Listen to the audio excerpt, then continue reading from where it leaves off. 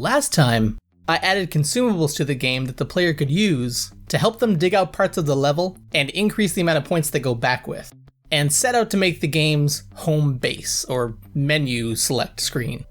So, I asked you folks to tell me what games you've played that had really great or interesting menus that you remember. And for this question, there was really no pattern showing up. It just seemed like it was everybody's favorite game. And so there were a whole bunch of different answers, from Mario Odyssey to Hollow Knight and Terraria. It seemed like the good menus themselves didn't stand out, it just made the good game better. So with that in mind, I got to work. Now I realize this video is a little behind. Oh my god! What I wanted to do was get all of this done for the next video. The basic menu, the shop menu, maybe even the ads and cosmetics you can buy. But it's been a while since my last video, so let's talk about what I actually got done. Starting off with a blank scene, I had no idea how I wanted the layout to be. I just knew that I wanted it to be sci-fi-esque with pretty computer-looking images.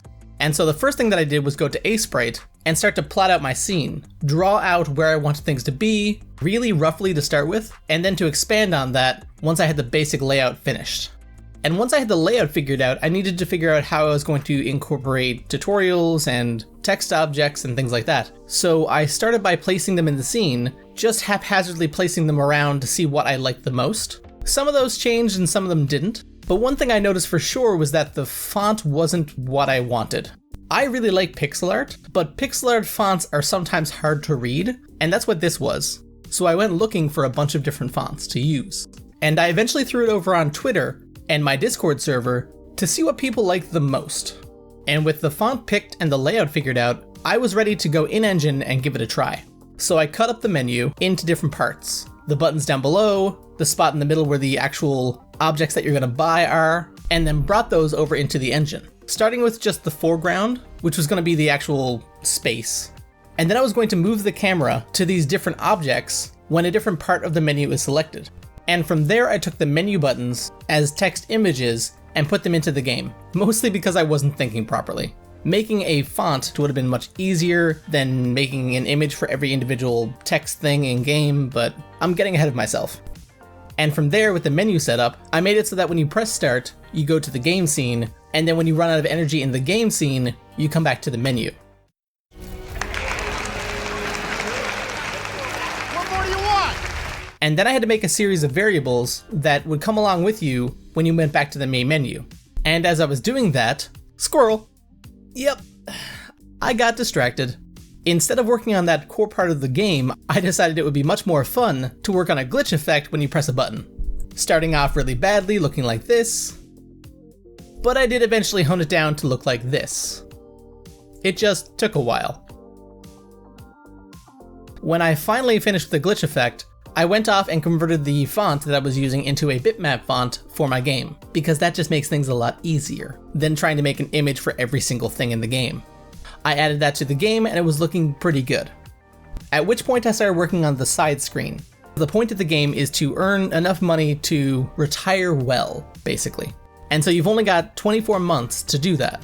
So you're going to be able to play the game 24 times before that's it, you're cut off, and you get your results at the end based on how well you did.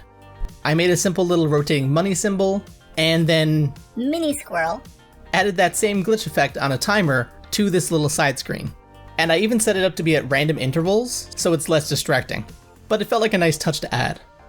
Then I added a simple transition where it fades out and fades in. And then big squirrel. Because, you know, the functionality of the menu is not there yet, but for some reason my brain is like, hey, wouldn't it be nice to add lights? So that's what I did. I went into the menu, cut out all of the screens, and made a glow effect and a shadow effect. I tried a few different ways with this to make the screen stand out more and the background stand out less, and it eventually looked pretty okay. And I changed the transition screen from the main menu to the game to be where all of the computers shut off at once, so the screen goes pretty much black and then fades off to the game scene. So it's like you just turned off the computer. And then again, with the menus still not done, I decided it was a good idea to make a drill that would pop out of the side of the screen with your score at the end.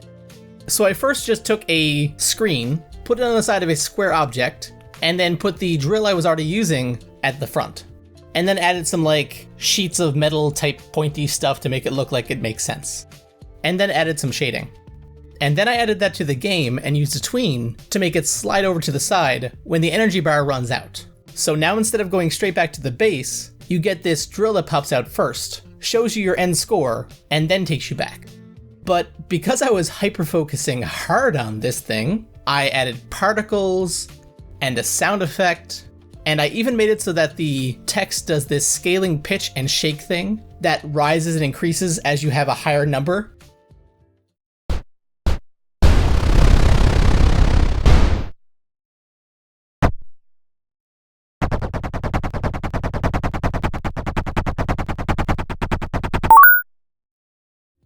Which took a while to figure out, and it adds a nice amount to the game, but it's still not the menus, which needed to get done. So I finally grabbed my monkey brain and pointed it towards the menus and got to work. I made out 4 different menus, one for the main menu with the start game, settings, and quit, one for the shop, one for gear, which is going to be the cosmetic stuff that you can buy with real money, and then one for stats, which was going to be just a big screen of random stats that I'd be keeping track of, mostly for giggles. And now before I continue, I need to ask you a favor. After this video, I'm going to be moving on to the progression system, which will be that shop menu that I never got around to finishing. Could you tell me a game that you've played that had a progression system that you absolutely loved? I don't mean one that you got addicted to, but one that you loved. One that you actually enjoyed playing with and figuring out.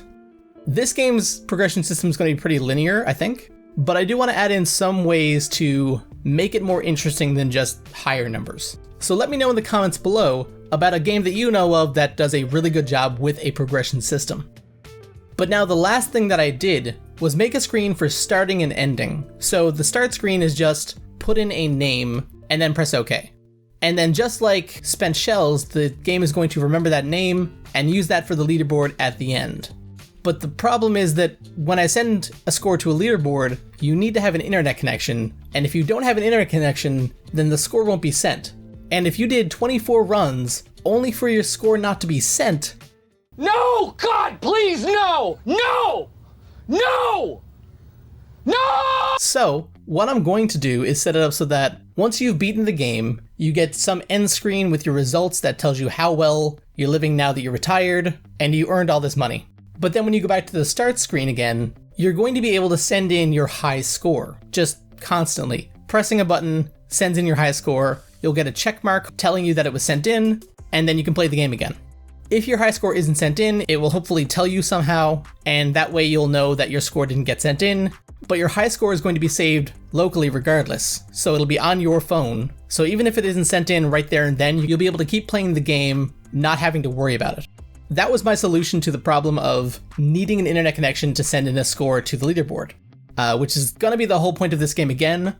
I just like leaderboards. They're really useful for getting people to play a game multiple times. And if you played a game through once and see a leaderboard, even if you're not interested in the leaderboard so much, but want to play the game again, it gives you more of an incentive to do that. A huge thank you to my patrons for putting up with me. Because of them, my coffee cup is full. And as always, the links to all the places that I hang out are down below, and if you decide to click on one, then I'll see you there.